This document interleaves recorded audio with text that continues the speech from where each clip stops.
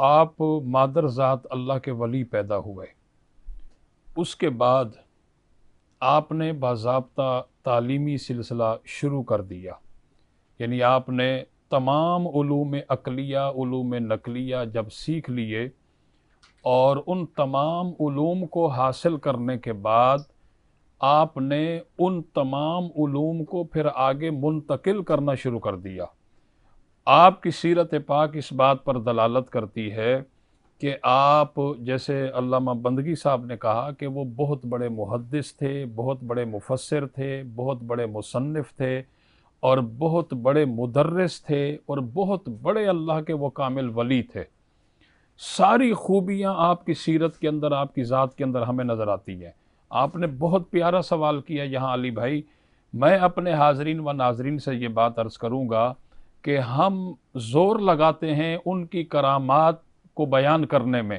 اچھی بات ہے، کرامات کو بیان کرنا چاہیے، اور جیسے کہ ابھی بات کی گئی کہ نظر نیاز کے حوالے سے یہ بھی ہمیں کرنی چاہیے، بہت ہی حسین عمل ہے، لیکن اس سے پہلے بنیادی طور پر ہمیں اس بات پر، اس نقطے پر غور کرنا چاہیے کہ حضور غوث پاک رحمۃ اللہ علیہ نے اپنی زندگی کس طرح بسر کی ہے۔ بالکل اب جیسے آپ نے کہا کہ علمی خدمات ان کی کیا ہیں، دیکھیں حضور غوث پاک رحمۃ اللہ علیہ کی رات اس طرح گزرتی تھی کہ آپ رات نماز عشاء سے فارغ ہوتے تو ایک حصہ آپ رات میں اللہ کا ذکر کرتے، اور پھر دوسرے حصے میں آپ نفلی عبادت کرتے، تیسرے حصے میں آپ کلام الرحمن کی تلاوت کرتے، اور آخری حصے میں آپ مراقبے کی صورت میں ہوتے۔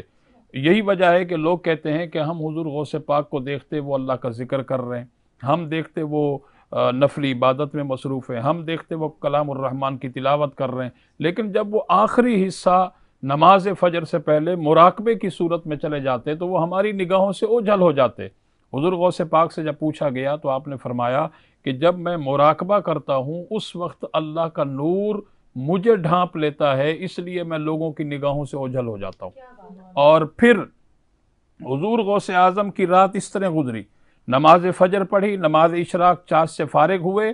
اب علمی، آپ نے کہا نا علمی خدمات کیا ہیں، وہ مطلقاً صرف ولی یا پیر نہیں تھے، کسی خانگاہ کے وہ سجادہ نشین نہیں تھے، وہ نماز فجر سے فارغ ہوتے، نماز اشراق چاند سے فارغ ہونے کے بعد وہ پھر مسند تدریس پر آ جاتے، اور مسند تدریس پر بیٹھ کر آپ وہاں تفسیر پڑھاتے، وہاں حدیث پڑھاتے، وہاں فقہ پڑھاتے، وہاں منطق پڑھاتے، یعنی اپنے شاگردوں کو وہ علم کے سمندر پلایا کرتے۔ ظہر تک آپ کا یہ تدریس کا سلسلہ جاری رہتا۔ نماز ظہر کا وقت ہوا، ظہر کی نماز آپ نے پڑھی، اور اس کے بعد پھر آپ درس قرآن دیا کرتے۔